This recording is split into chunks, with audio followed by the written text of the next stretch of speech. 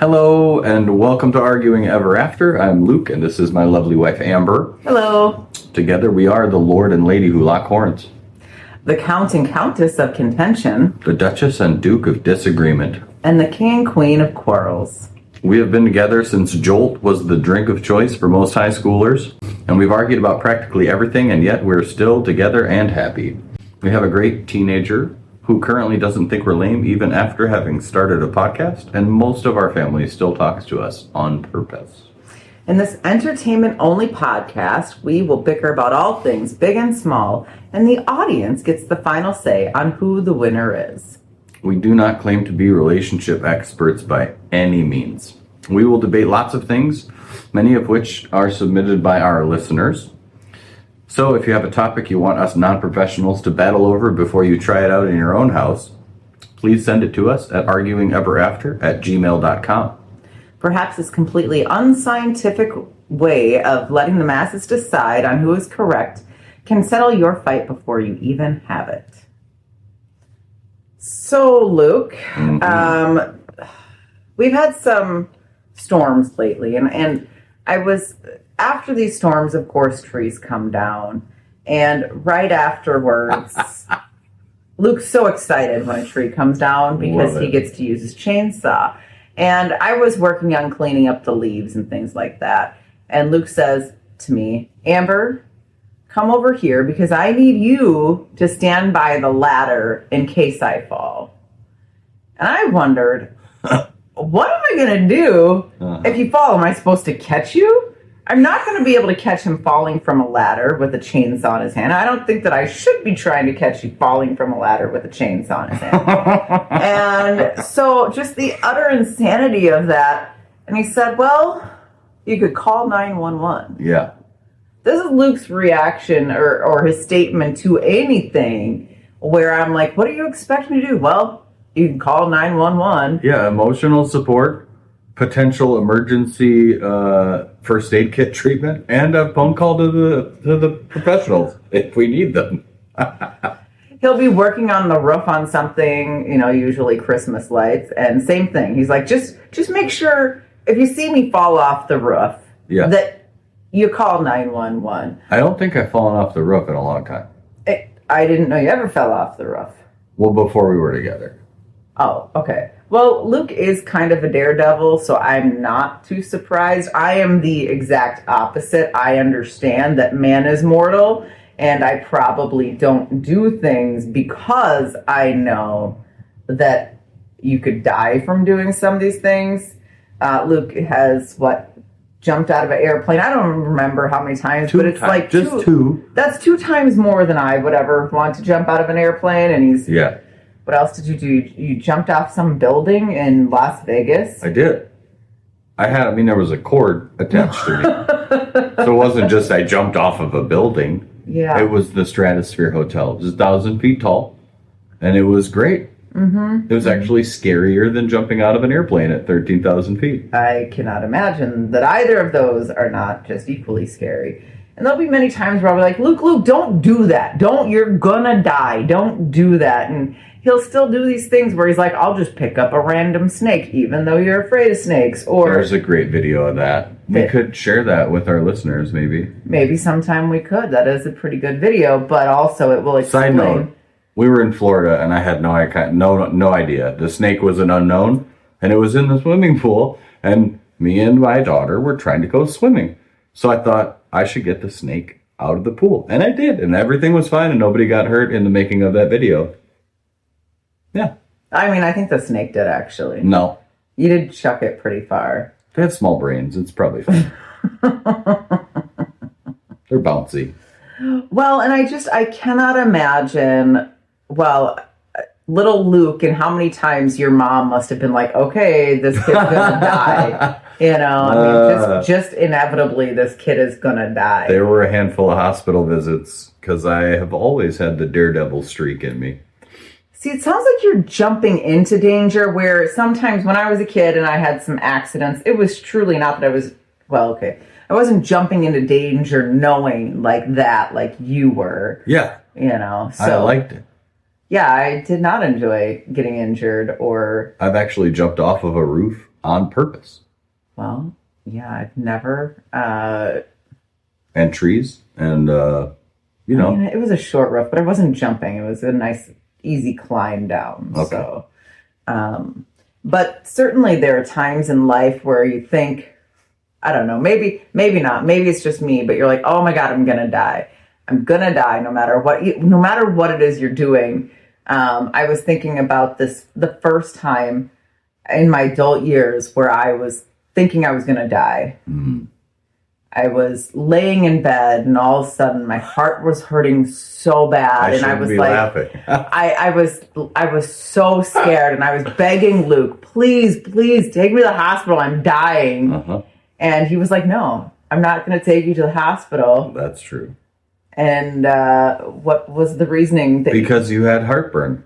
I'd never had it before. It was terrifying. So I wasn't sure. We were like 20 and you thought you were having a heart attack. I'm like, you're not having a heart attack. You just have heartburn. And you were so mad at me. I was so mad. Who doesn't take their significant other to the hospital when they're like, I'm sure I am dying? Consequently, in a similar but role reversal event, I thought I was dying of a heart attack when I had broken some rib area things. You didn't break a rib. Bruised a rib, cracked a rib, whatever it was, after a mountain biking incident where I didn't quite complete a jump correctly.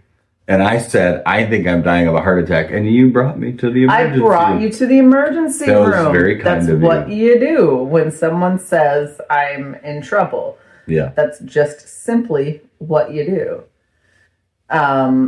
But it's not as often. I think you must be facing death and having those thoughts more often than I do. I can't come up with too many times where I've been like, I'm sure I'm going to die. I mean, I think everybody's had, like, maybe not, had an opportunity where you got injured and you're like, oh, do I still have a hand? You know, or whatever it is, and you're kind of scared to look did I actually lose a finger or something? I have not had that happen. Oh. My one very memorable brush with death was not jumping off of buildings or airplanes or, you know. I mean, those are absolutely brushes with death. I'm just telling you. I got hit by a truck one time, human versus truck, and I was scared then. But I was more scared. There was one time at our old house where I woke up in the middle of the night. I had some sort of cold where I was like all super phlegmy and like, you know, when you get a cold and it's like gross and there's like thick goo. Anyway, it was gross. And I have sleep apnea. There's a whole nother story. So I woke up in the middle of the night and I literally couldn't breathe because all of my airways were plugged with phlegm or mucus or something. So I couldn't. Sorry, everybody. This is disgusting. Too much information for sure. But we were talking about brushes with death, and this was one. I literally got to the bathroom and I could see my face in the mirror was turning like darker. Like, I don't know if turning blue is like a thing, but I could not breathe for whatever, I don't know, for however long while I was asleep, and probably about 30 seconds after I woke up. It felt like way longer than that. But I went to the sink and I turned the water on the hottest, scalding, burning temperature I could. And I stuck my face under it and I was trying to like gargle so that I could free up my airway. And thankfully I did, because it was the middle of the night and there wasn't like no 911 call would have made me make it through that. So thank goodness for hot water and a whole bunch of panic. Suffocation is a scary thing to ponder. Absolutely it is.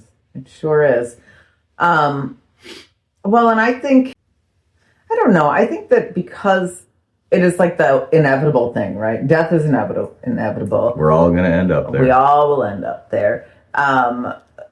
It's one of those things that's kind of a scary concept, right? You know, like how it could happen or anything like that, you know. But for me, one of the things I've thought about is, this is going to sound really weird to people, but I've thought about my funeral, right? And what I want to do for my funeral, you know. And I remember the Golden Girls, there was an episode where Blanche pretended that she was dead so that she could see what everybody was going to say about her. And then, of course, you know, like they were mad at her. But I don't want to do that. That I don't want to do. But I do want to have a memorable funeral. You know, not like one of those like, oh, that was such a beautiful service. I don't want everybody crying at my funeral, right? Because I don't want that. I want it to be kind of like a party. I want it to be a thematic party. And my favorite theme of all time is Halloween. Mm-hmm. So I want to have a funeral where I tell, well, I guess I probably won't because I'll be dead, but where whoever is planning my funeral will say, you know, come however you want, preferably in costume. Yeah. Because that would be the most memorable funeral. I bet anyone who would attend my funeral would be at.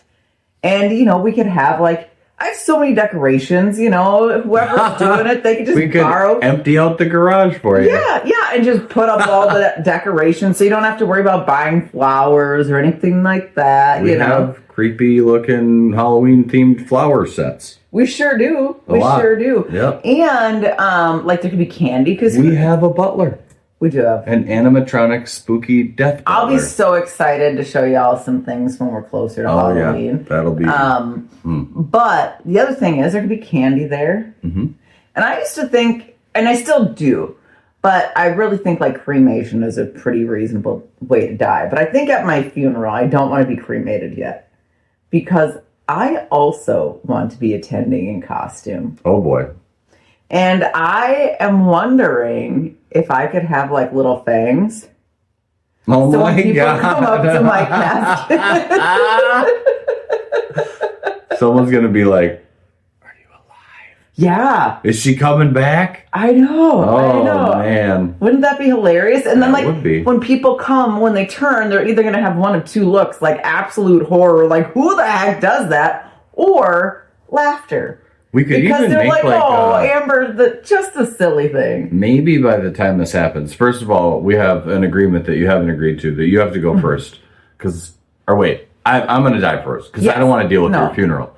So maybe this is all going to be put upon our daughter, and she might actually enjoy parts of it. Not the death part. No, but the Halloween party. Maybe we could get like a life-size cutout of you as a real vampire, or maybe by then like 3D printing will have come along. Or we could get like a Madame Tussauds wax of Amber as a vampire and then like move you around. So people see the vampire dead Amber and then you're like, all of a sudden your wax statue is in some other room and somebody goes in there and they're like, oh no, and they leave. That would be amazing. I just really like the last party I attend. Mm-hmm. I want it to be a good one. We probably sound really sick right now. Well, I mean, anyone who knows me a little bit probably realizes that I'm a little sick. But, you know, who wouldn't remember that? You have promised to haunt our daughter to the end of her days. In a loving way. In a loving way. Yeah. In a loving way. Yep. Yeah. As much as I can. You know, but I just think if it's about me, which I think my funeral kind of would be. Sure. Then it should be about something that I love. Yeah. And I really like the little end joke, you know, of having the little fangs. I don't know if a mortician would agree to it. So I feel like if you pay a mortician enough, they would do whatever. Yeah. Like so maybe they'd be like, "That's stupid. Give me $5,000," and you'd be like, "Well, I set aside $5,000 for fangs." So. Yes. Realistic looking fangs. Actually, no, I want them to be the big cheesy, like ones that you get from like when you're trick or treating, those big white cheesy ones, you know? Oh, yeah. Just really great. I think it'd be so fun. And maybe that could be like a funeral party favor too. Everybody gets their own fangs afterwards. Because, I mean, doesn't everybody have like... You have thought way too much about this. You know, it's my last party. Things I have not thought about at all. My funeral. It'll happen. Somebody else can figure it out. I'm not interested. I just don't want it to be sad. However, I think it'd be fun to do that. But, you know, like, again, when you think about those things, you know, how is one dying, you know? And I don't want to talk about all the like really realistic ways that people die in really sad ways, you know. But I want to like talk with you a little bit about some of the more absurd ways that one could die, or obscure. Just because since it's inevitable, like there's some ways, people will talk about, people when they see these pictures of really cute animals in the wild that are super deadly, right? And they're like, that's how I'm going to go. That would be me. I would be the person who's like, oh, look. You're like Elf in the movie when he goes and wants to pet the raccoon. Yes, for sure. And does somebody need a hug? Right? They're so cute. I mean, and it almost seems unfair that there are so many adorable little animals like lynxes and there was this video of this one kind of cat. I don't remember. I think they're terrifying. They are. If you've ever gone to the zoo and seen one walk, like they look right into your soul. They do, and they're stalking you the whole time. But I mean, you just look at them when they're just sitting there peacefully. That's true. I mean, I would be one who would die from just being. We have a picture art thing in our bedroom of a lynx. I just remembered that. Yeah, very cute little peaceful critter until they're not.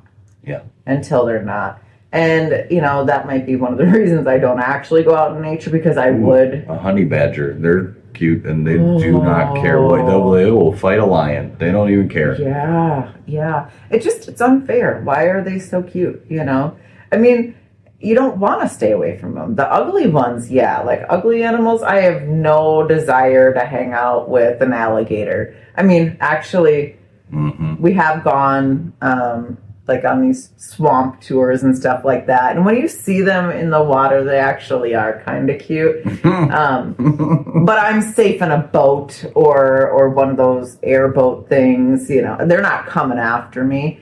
I think I would be absolutely terrified to see one of those dinosaurs on land near me. Yep. They definitely can run faster than me, and I know that. I don't think I would be like, great, I want to hang out with you. You're not like Steve Irwin. I'm not. I did want to do that for a long time, though. I wanted that job, and it isn't. Speaking of animals, it's not going to be all about animals. But when I was a few years ago, I did have a wonderful opportunity to volunteer at a zoo, and I was a zookeeper's assistant, and I worked in the aquatics building, and they happened to have polar bears. Yeah.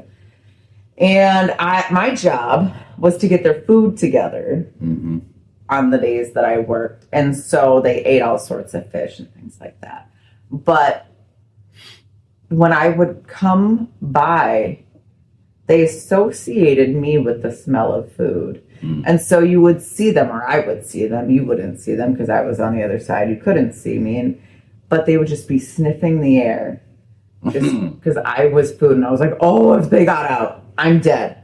I'm dead so quick because I smell like what they are referencing. Didn't you say you fed them something called blood balls? No. I didn't ever feed them physically, but yeah, there was some blood balls. I don't know what it was called. Blood ball. I don't know. That's what it looked like. Ew. They eat blood. They eat effort. I mean, they'll eat anything. Yep. So humans are not excluded from that, but they sure are cute. But I mean, it does get you down the road of that could be a way to die. I could be eaten by a polar bear. Oof. And I mean, but I feel like it'd be quick. I feel like I would, I mean, again, going back to, okay, I'm now a part of the circle of life for this guy. However, they usually go after those animals, so I wouldn't really necessarily want that for him. But I don't know what other ways of dying. Oh, so many. I mean, the ways to die. I mean, bear, that's scary. There's like almost any natural creature that's a predator in its own environment is sort of terrifying. You got like wolves, pack of wolves. I would die from a wolf because every time I've seen one, I'm like, it just looks like a dog. I really think I would not see that it's a wolf. Yeah. Or like, what about like a chimp pack troop? Oh, they are strong and scary. I've seen those documentaries. I woke up in the middle of the night one night to they kind of were living in gangs and they were attacking a chimpanzee, and it was the scariest thing I've ever woken up in the middle of the night to on TV. Like the screeching sounds. Oh, it was horrible. I would not. Yeah, nope. They're too strong. Too strong. You know. The other one too. I think about sometimes some bonkers deaths that I've seen on TV, not real, but fictitious. And there was a TV show I used to watch, and the ending of the show, the guy got gored by a bull. I was like, that would be pretty awful because you're not going to outrun that thing. Oof.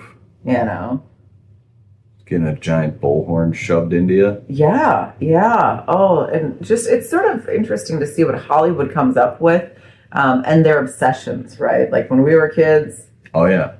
Quicksand. Every cartoon had it. It was in the movies. Everything. I don't know why. It was in the Never-Ending Story. This is just stuff I can remember. Never-Ending Story. And I don't know if that was Quicksand, but Artax, the horse. Most tragic death in cinematic history for kids in the 80s. I don't even remember it. I must have blocked it out. You blocked it out because it's trauma. They had in The Princess Bride. One of my favorite movies. Epic movie. It was in, I think it was in Scooby-Doo, like every other episode. Somebody was in Quicksand. I don't remember that in there. However, I feel like though we're all prepared. The Mummy? Pretty sure it was in there. It could have been The Mummy. There's a lot of sand. I've never seen quicksand in my life. Sand. Is it even real? I don't know. And if it's real, does it like do what they do in the movies? Like you land in it and then you just sink in it and someone's got to rescue you with the right kind of stick? I have no idea, but I feel like all Gen Xers are ready for it. and maybe some late millennials, or what are we called? Geriatric millennials, which I hate that term, by How the about way. Zennials? I have no idea if they know about quicksand. Well, that's it's the bridge years. Oh, okay. 80, 79 to 83. I don't know. I don't keep track of this stuff because I'm not at a war with anybody. For sure. But then there's some medieval things that are just like, they were really sick in the medieval times. Like the ways they thought of killing and torturing, or like I think about, the impaling. Oh, Vlad the Impaler. We're back to vampires again. Oh, full circle for you folks. I think the worst medieval one I could think of is being drawn and quartered, which if I remember right from who knows what I've seen, they tie big ropes around your arms and your legs, and they put 4 horses that just walk slowly in opposite directions to rip you to in pieces. Oh, I don't like that. Just arms and legs just whoop, ripped right off. I feel like those horses are not willingly involved in that. I feel, Well, for sure, they probably were being prodded on by some sort of executioner style horse keeper. I don't like that at all. I used to be really irrationally afraid of spontaneous combustion. The thought of just like waking up on fire and just dying with nothing else around you being on fire. Like you're like, where's the fire? Oh, I am the fire. You are the fire.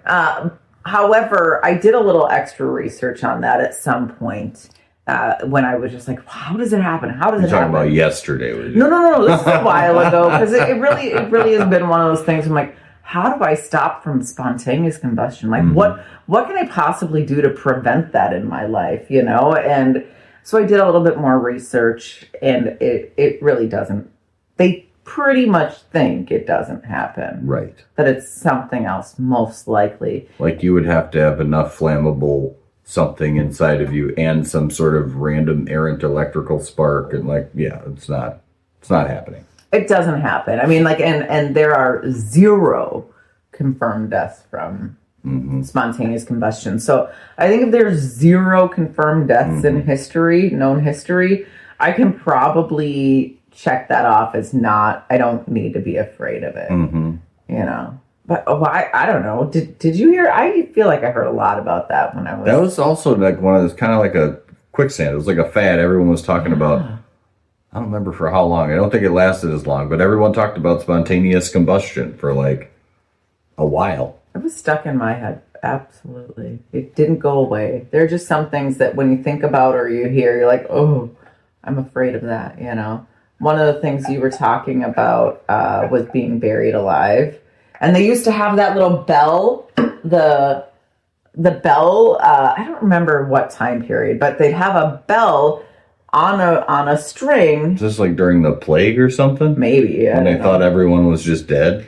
I don't know if it was, I mean, was it Victorian times? I don't remember. I mean, it was somewhere. Like in a coffin? Yeah. So there'd be a string Whoa. up to the top, and if you weren't dead, you'd ring the string. Wait, the bell was above the ground? Yeah, so that you could tell the groundskeeper. What Talk about some stories in the graveyard, like, oh, we're going to the graveyard to visit old Aunt Millie, and then you're just walking around, ding, ding, ding, ding. I would take off. I'd be like, it's zombies. I'm out of here.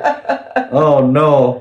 No, but I mean, they must not have had a really good way of Wait, checking. how come they don't do that anymore? Because they're for sure that you're dead?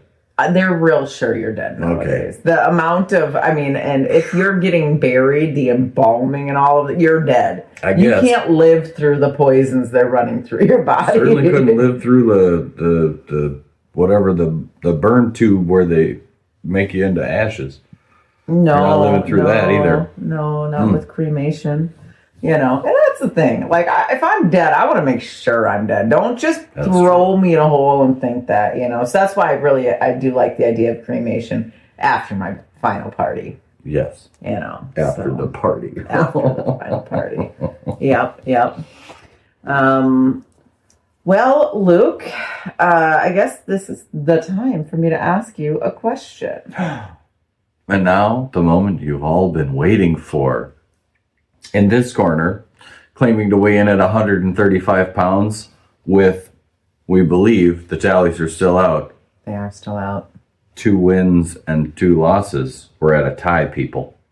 Mm-hmm. And showing up today with her amazing fresh haircut. Thank you. She's ready to battle. All right. And in this corner, we have Luke, who was weighing in at 185 pounds and sporting a glorious red beard. Mm-hmm. He's ready to fight today on the topic of worst way to die. The worst way. The worst way. So, Luke, let me ask you a question. What do you think is the worst way to die? Caveat, not real, like likely, more obscure. Sure, Worst, right. Obscure way to die. Like, it'd be really no fun to have a debate about whether it was worse to die from a heart attack or cancer, obviously. Right. Those are pretty normal. Not great, but, you know. Well, in some light research on the topic prior to this episode, I remembered a few and thought of a few and searched a few, and there's a bunch, and it's hard to pick. Some of the ones I thought of was like, one of them was getting eaten by something, which I will reveal later because it's my ultimate topic. But then that went on a little tangent of like things that can eat you to death or injure you to death. And murder hornets came up. They're like the size of a hummingbird. They're native to Japan. These freaks are real. If you haven't seen any videos of them and you want to be terrified, just search murder hornets on the internet. Mm-mm. They're literally, you can hear them coming like a drone, like they buzz. And they, like, the one sting from a murder hornet is allegedly, I mean, I don't know because I don't live in Japan, but it's enough to kill a grown human. Weren't they like migrating here or something? There was like, I mean, maybe there was like a brief thing in 2020 when everything happened, like COVID and was ending, murder hornets and aliens and all kinds of stuff was happening. They did say like murder hornets had reached Seattle, I think, or something, or Hawaii. I don't, something in the U.S. I don't actually know. Hawaii would be a heck of a lot closer to Japan than us, but terrifying nonetheless. They live in packs of like 20 or 30 of these giant bird-sized stingy death machines, and they attack honeybees and they eat them. They're carnivores. They need to leave the honeybees alone. They don't. They think they're tasty snacks. So I think that would be a pretty terrible way to die, getting stung by a murder hornet. Another stingy creatures I remembered I watched on some, I was really into the Discovery Channel like a long time ago, maybe 15 years ago. Back when it was good, before it was like nature stuff all the time. Yeah. They had stuff about natural habitats and creatures and Earth and seasons, and now it's like almost 100% reality shows, which is fine if that's your thing, but it's not my thing.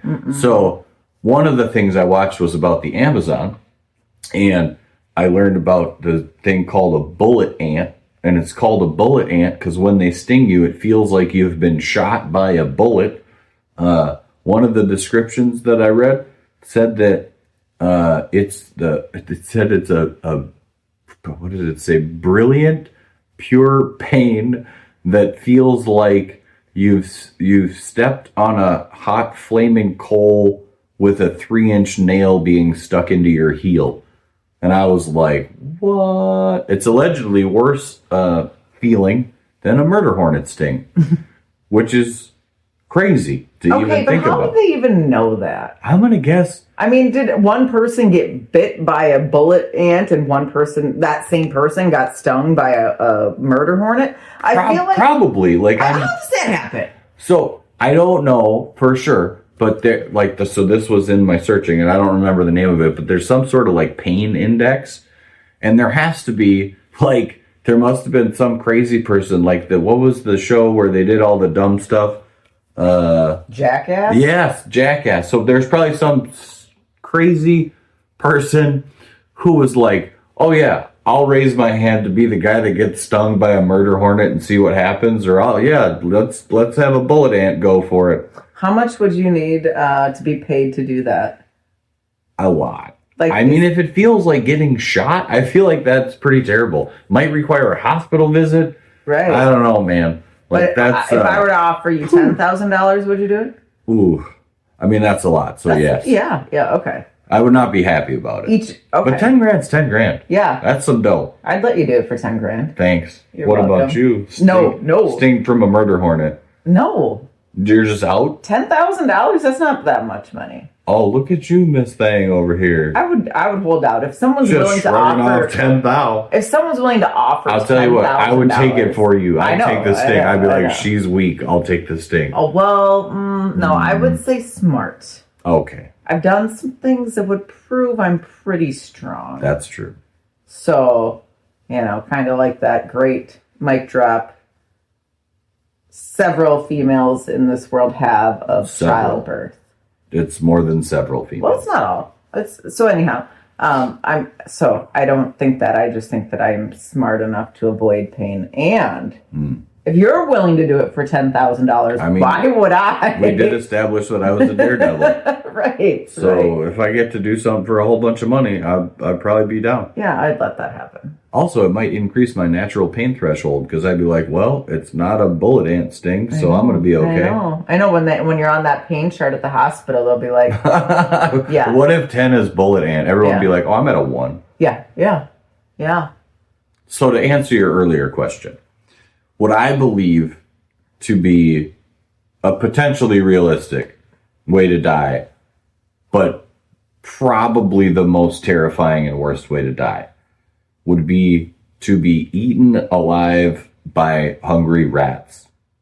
Caveat, you would have to be... What does that have to do with bullet ants? It didn't. Okay. Just dying in general. Okay. So caveat, you would have to obviously be restrained in some fashion. So this is some sort of creepy torture deal. Because if you had your arms and legs, you wouldn't be eaten by rats. You'd be able to, I don't know, kill them or kick them. There's a lot.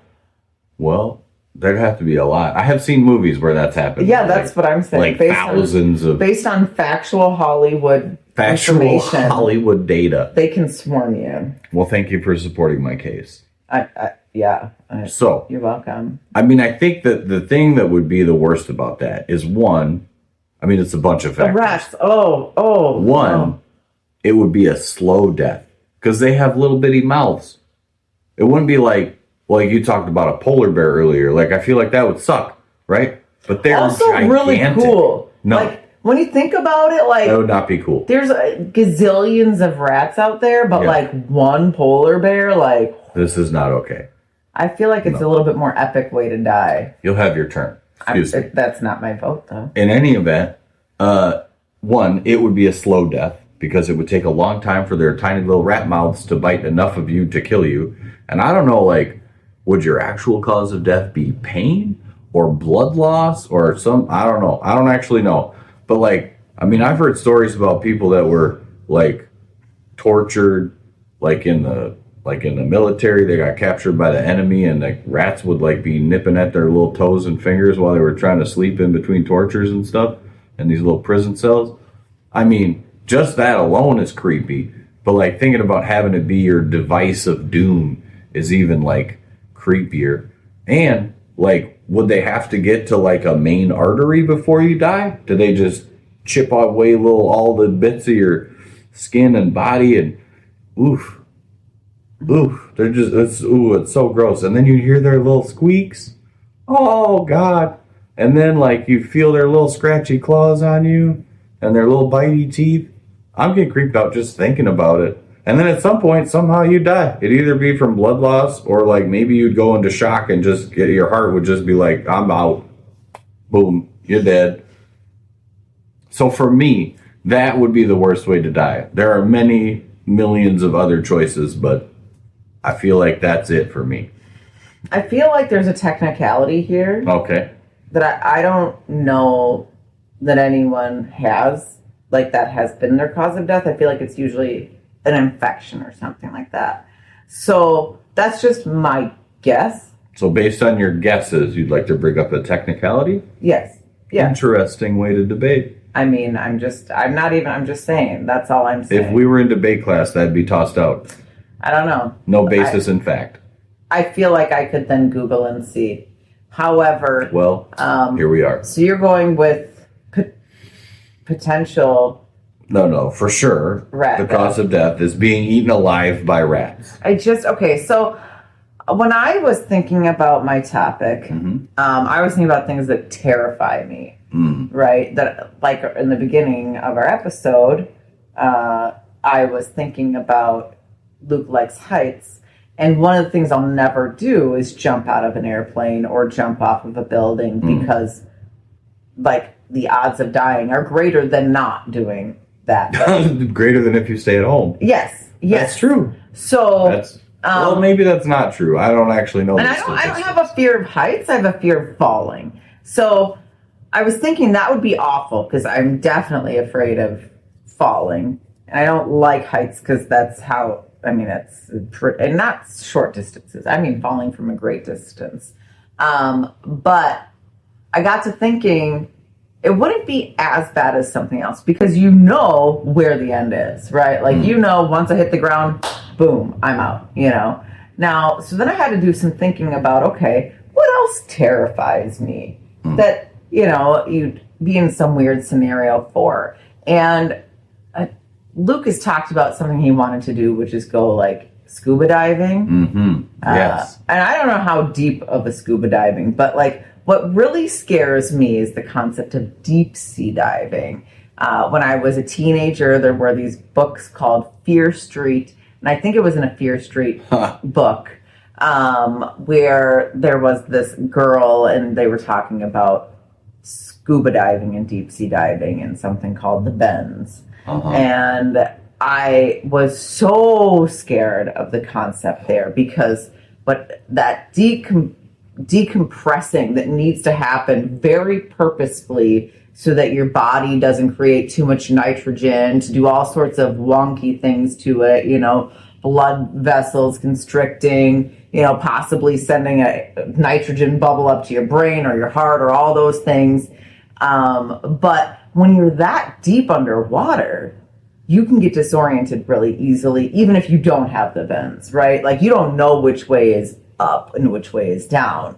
But the bends causes confusion, or can cause confusion. So all of a sudden, you're panicking because your body is going into some sort of, you know, shock of what's going on, where our insides aren't working, and then trying to figure out your way out. which doesn't make a difference because you don't know which way is up. I mean, I don't know if anyone's ever played a video game and you get lost in the video game and you're deep and you're like, I don't know what the right way is, but how that actually have that be you. And I did a little, like I said, I wanted to make sure it was something that has happened. So I did my research on this, and it said 1 in 76,000. So there is a number. There's a number of military folks who do the deep sea diving stuff do die from the bends. So there's a number to mine. So I feel like it's more of a... And if that's military, they're trained. Yeah, I mean, but they're going in some... There was another thing about like normal people, and that number was much higher because probably they're taking a lot less risk. Oh. Okay. So I'm sure the military, when they're doing these things, it's not just... You would get it for sure. I would. Well, I mean, you have to be so... It's just relying on all of your equipment to work right and for you to not be too panicked, because that's something that's going to happen, right? I would be very panicked about the thought of, okay, how long have I been here for? What, how is my oxygen? The oxygen would be my first panic, and really it shouldn't be your first panic. It should be all of the other things, but I'd be like, I am human, I need oxygen, I was also watching this other TV show, and I don't want to give out spoilers, but where this woman was in a decompression chamber, like she was held in this decompression chamber, and they were slowly, and the whole point is to train for diving. I don't know. I mean, sure. the show wasn't really about that, but she was held in that, and then at some point when they got her out, they had to regulate her pressure, but just watching what it shows in a Hollywood type thing, it's like, that's terrifying. Seeing what is fakely made, but probably made off of some sort of research. I'm sure the people who were directing it did way more than I did. But it's just, again, it's one of those things that is just held in my mind, and I'm like, from reading that book, and then when I saw it again on that TV show, I was like, no, I'm never going to go deep sea diving, because that would be the worst way to die. Losing your mind, essentially, having your body, you could have seizures, you could have all sorts of things happen in there. You could have a heart attack, right? That's always kind of the thing. That could always happen in any of these scenarios. That could happen because you're so freaked out. For me, probably what would happen. But does it hurt, the bends? I can't imagine it feels good. I don't know. Okay. Yeah, I mean, you could have tickling and numbness and paralysis, all of these things. Well, people live through the bends all the time. Okay. It is more likely to live through it than die from it. Okay. However... Much like an encounter with rats. Right. You are more likely to live... Than die. Than die by being bit by a rat. But if you die from the bends... Yeah. It would suck. Yeah, and it's not immediate, and you know what's going on. All of those things where it's there might be other scenarios where you don't necessarily know what's going on. But this is one where you know until you don't, because you're confused and all of that. I'm thinking that would be the absolute worst way. No control, and you just have to wait till the end. Awful. Mm-hmm. Awful. I mean, it doesn't sound great. Mm-mm. Doesn't sound as bad as getting eaten by rats, though. I don't know. At least you know what's going on with rats. Maybe if our viewership has a fear of water, maybe they'll think that yours is worse. Well, I also don't like rats. What if they love rats? They're going to be like, how dare you, Luke? I do know some people who really do love rats. So I mean, I've known people who had rats as pets. Yeah. Which I think it's weird. I mean, I feel like you are kind of giving them a bad rap for just being... Well, I didn't say hungry. It's not their fault. It's not their fault. It's not their fault they're hungry. They're just hungry. Right. And I happen to be strapped down, and they're going to eat me for dinner. Yeah, I don't think that's as awful, because I feel like, the odds just aren't there. Well, we're not talking about whether it would happen or not. I think that's kind of got to be a little bit of the vote here. Well, I said it was forced torture, so sure, it could happen. Torture happens every day. All right. Well, I guess now it's up to you all to decide. Y'all gotta vote. And if you need to do some research to see, I encourage you to. If our research, which I had some numbers. I didn't. I had very little research. Didn't have any research. If research is a factor in you for your vote, then not a fan of research. You should vote for me on our very 5th episode. It is our 5th episode. Oh, I did want to say something really quick to our listeners. Our last episode was the dishwashing one. We were talking about the rinsing and where it didn't happen.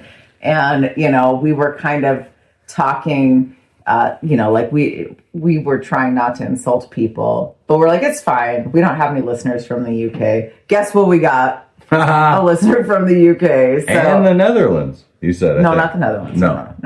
Sorry, Netherlands. You got your chance. You can still follow. Come on with it. Oh, and today we mentioned Japan. Yeah. Maybe. There seems to be a correlation when we talk about viewership. Then we just get one just pops up. Right. Let's see. I mean, we do know someone in Japan. It's possible. I could make a call to my cousin and be like, hey. Make it happen. You got to watch this from Japan so we can get worldwide. Yeah, but that's what we're trying for. I don't know. Who knows? We're already a little bit there. But I do want to definitely thank you all for listening today. Or watching, or however you're doing, and hopefully watching, because the facial expressions are just sometimes fantastic. I don't know if I had that many today, but I don't know. I can't help it. I can't. My face does what my face does, and there's all of that. But anyhow, if you like this or didn't like it, please say that you like it and share to everybody you know. You can follow us on Spotify so that you know of all of the newest information out there, and give it a comment. Yeah. Give it a download. We really like that. And if you have any further ideas for maybe our 6th, 7th, 8th, 9th, 10th, I don't know, episode, please email it to us at arguingeverafter@gmail.com. That's it, y'all. Looking forward to winning. Bye. Bye.